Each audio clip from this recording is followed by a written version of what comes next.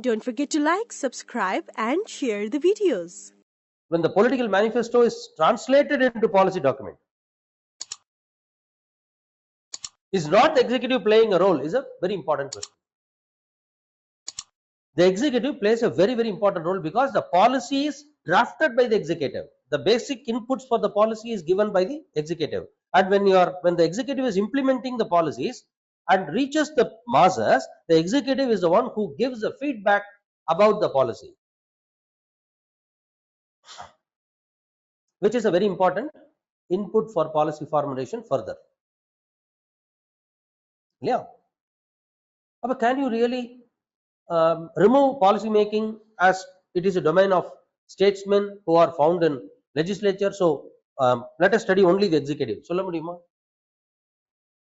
Solla mudiyadhu. Sir, okay sir, I can understand.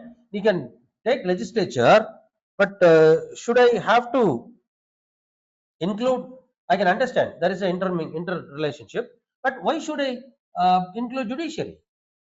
What does judiciary do in policy formulation? When it comes to constitutional validity, who actually validates it?